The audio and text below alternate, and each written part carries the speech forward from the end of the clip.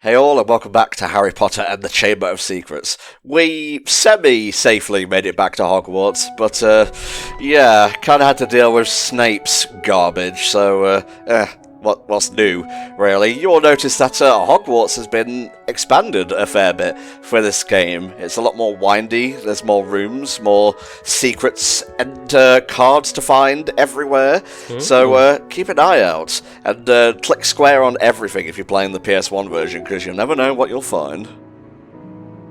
Can you believe What's quite cool in the GameCube version is you've basically got free reign of pretty much the entirety of the inside of Hogwarts Castle. So you're just sort of constantly going up and down the stairs. It's quite fun, but can get a little bit repetitive. But the positive thing is that when you go into, or like return to areas, they respawn the jelly beans and all the items that you can attack.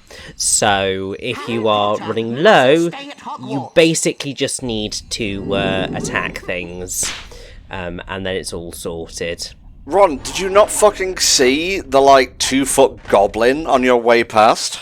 You really need to improve your sight. Wow! Harry Potter!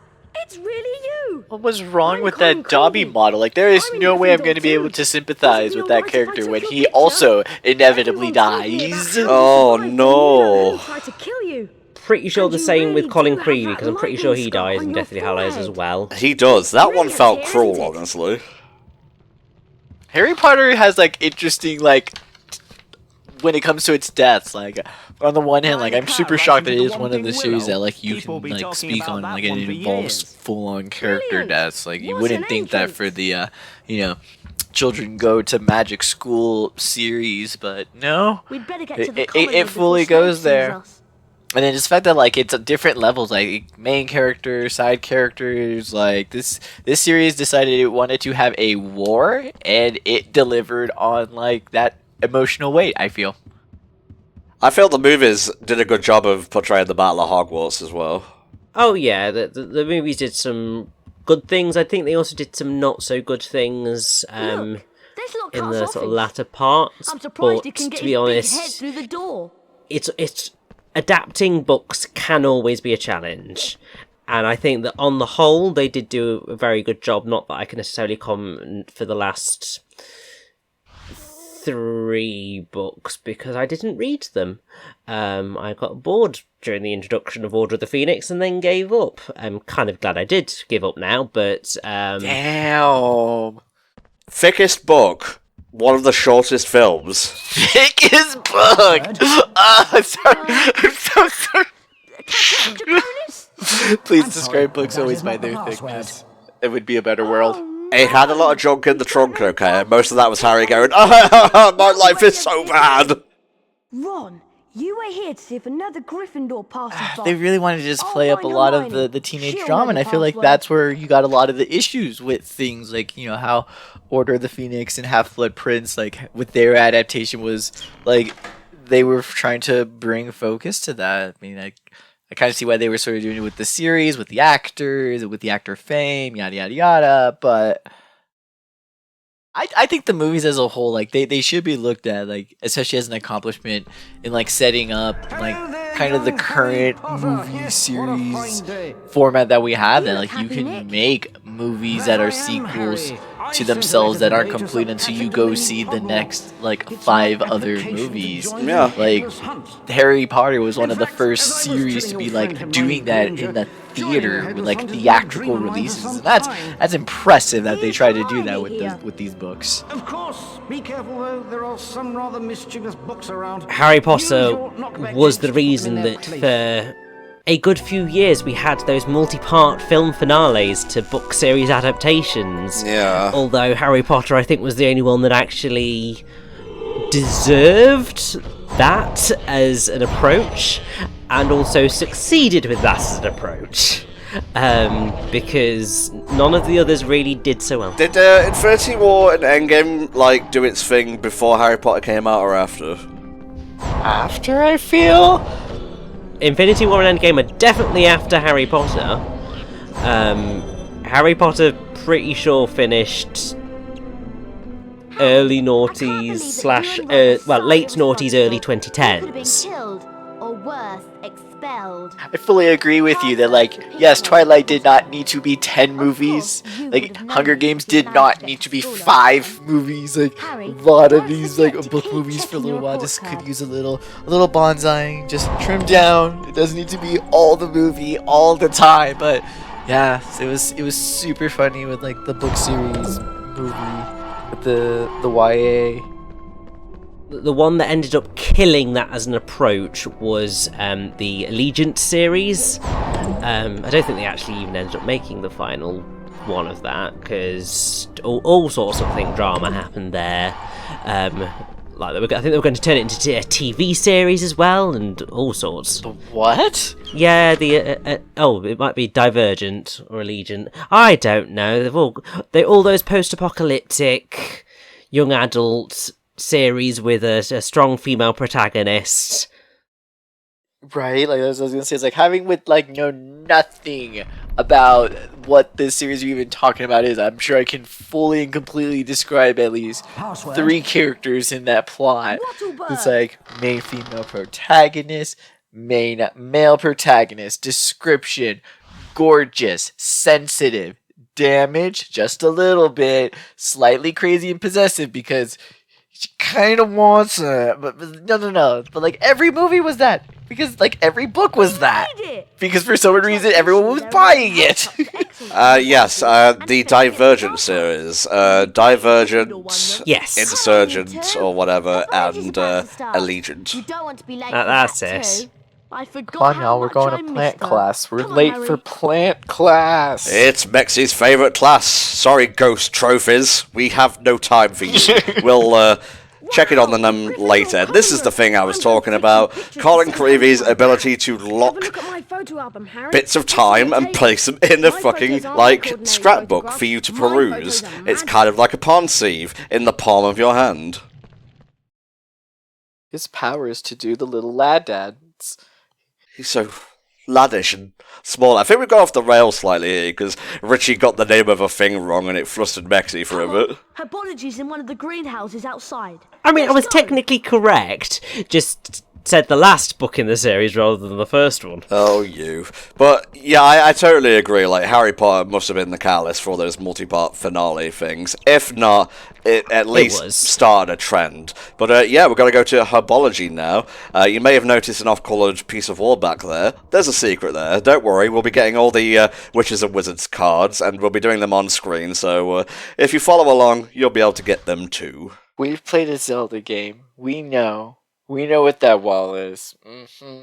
Oh, Ron, there's a crack in this wall. Quick, get the bombs. I don't have the bomb bag, Harry. Fucking Christ, Ron. What is the point of you?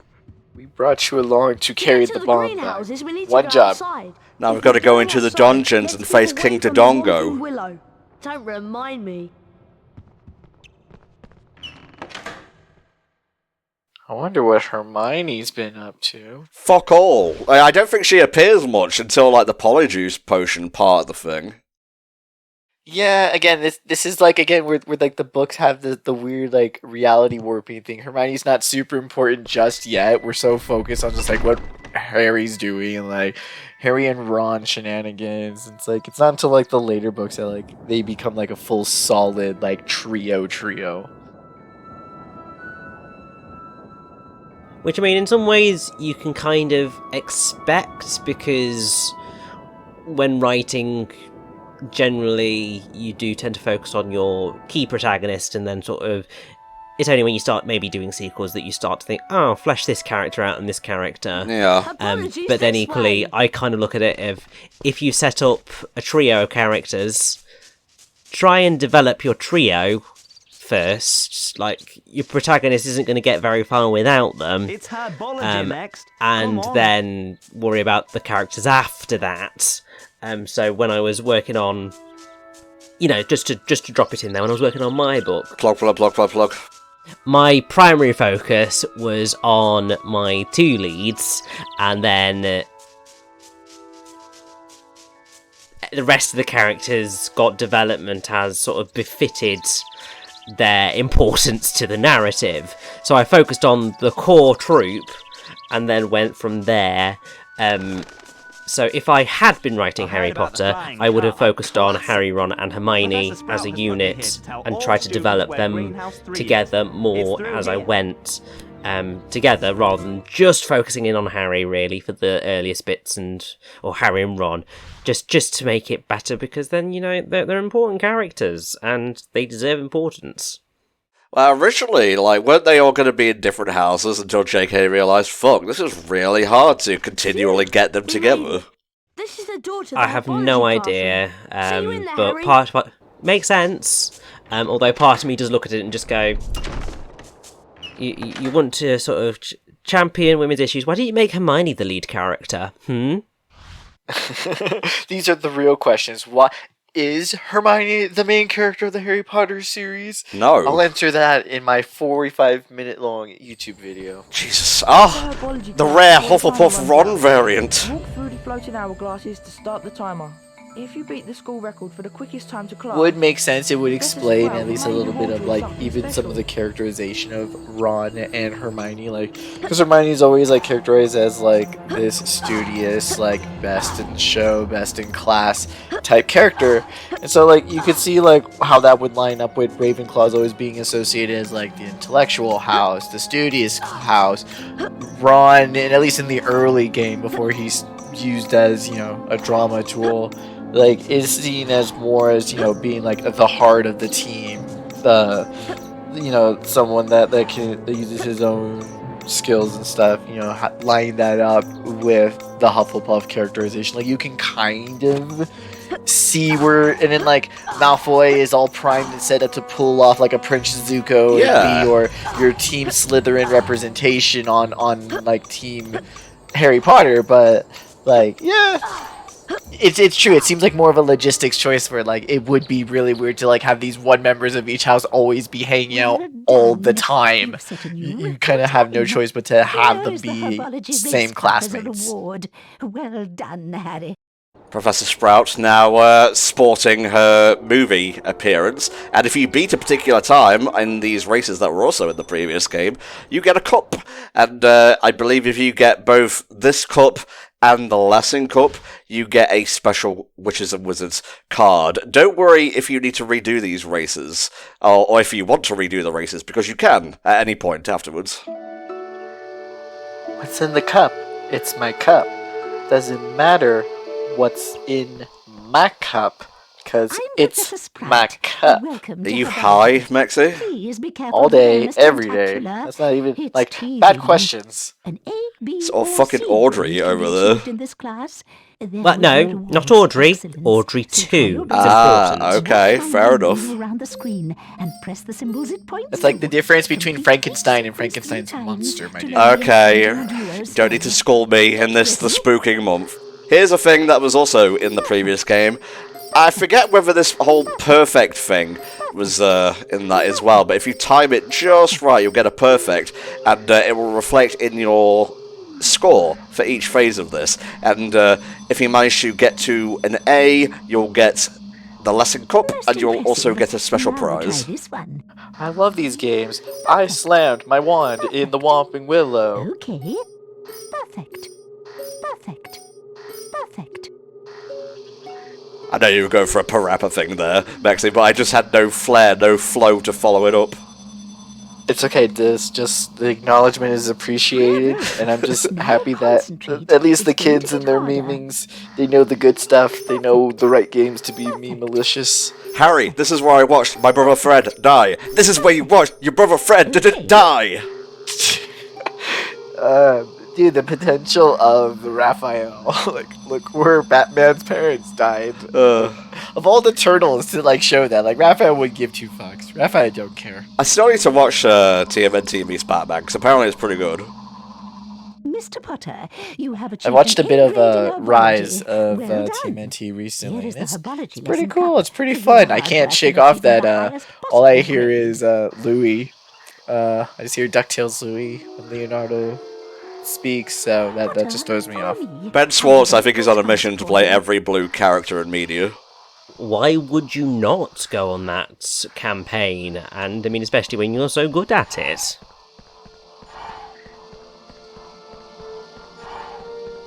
So yeah, we've done the intro to this, and I guess relearned Incendio, for lack of a better way of describing it. So now we're going to go pick mandrakes, and if you recall, the cry of a mandrake is fatal, so make sure you're wearing earmuffs. God, there are no standards and practices in this magical school at all. It's like sitting in a car with unbelievable bass. It will make your heart explode. Welcome to Greenhouse 3. This Oh no. is a mandrake. That It character carries icon. one Oh, look at it. which is It's one a of the baby weapons. trapped within a PS1 model. Amazing. No, it's not. It's not good. It's not amazing. It's in pain. The more house points for Gryffindor. Things that nightmares are made of. This is why I love the whole genre of like the spooky haunted PS1 game. That you'll see like videos of set up. Like there's some full blown series that are great, but like I think that's one of the cool charms of PS1 era graphics is that even though they are like there's nothing serious to be taken with them, that they can be used to make some genuinely like spooky things. Yeah, I would describe PS1 ambience. First off, you have pixelated graphics like this, and secondly, sometimes you have just a lack of music and ambient sounds. Like, there's no music here. Jeremy Soule is still scoring in the game, but not here apparently.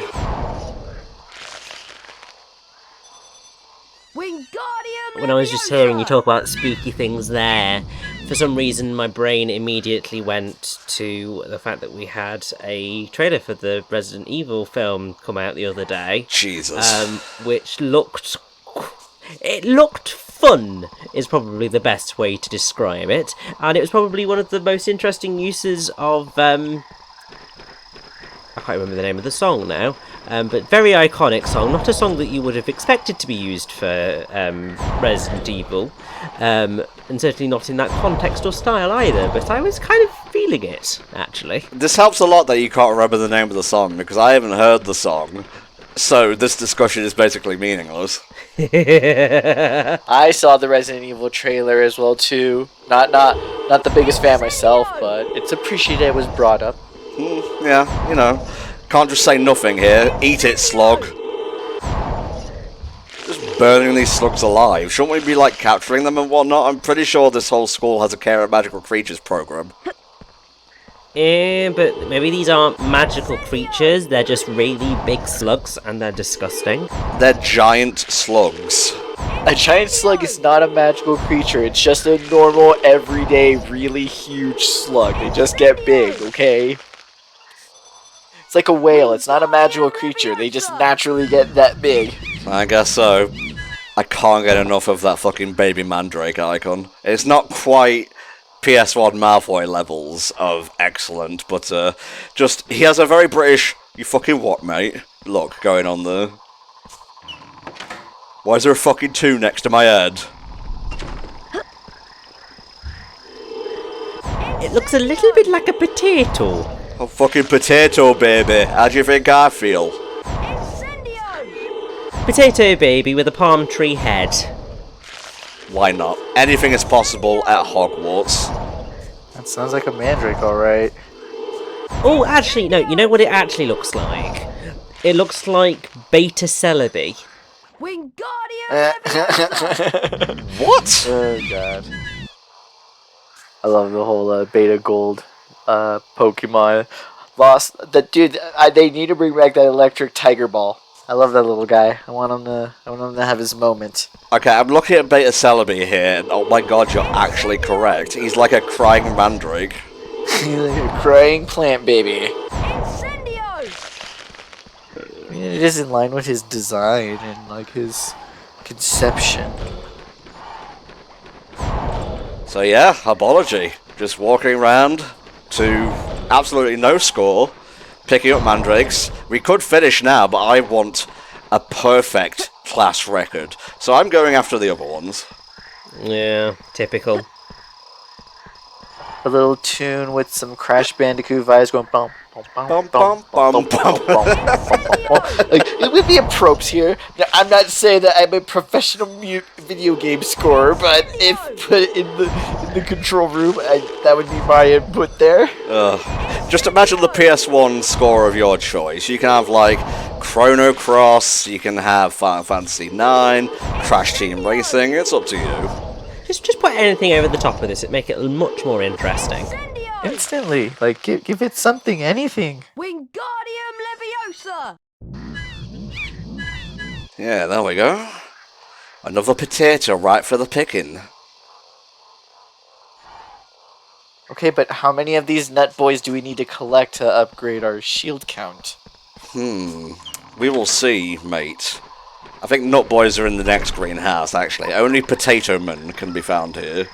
I don't know, potato men look strikingly also similar to nut boys. Well, I'm not saying that J.K. Rowling predicted the Koroks, but who knows? Maybe she has more talent than we give her credit for. I doubt it.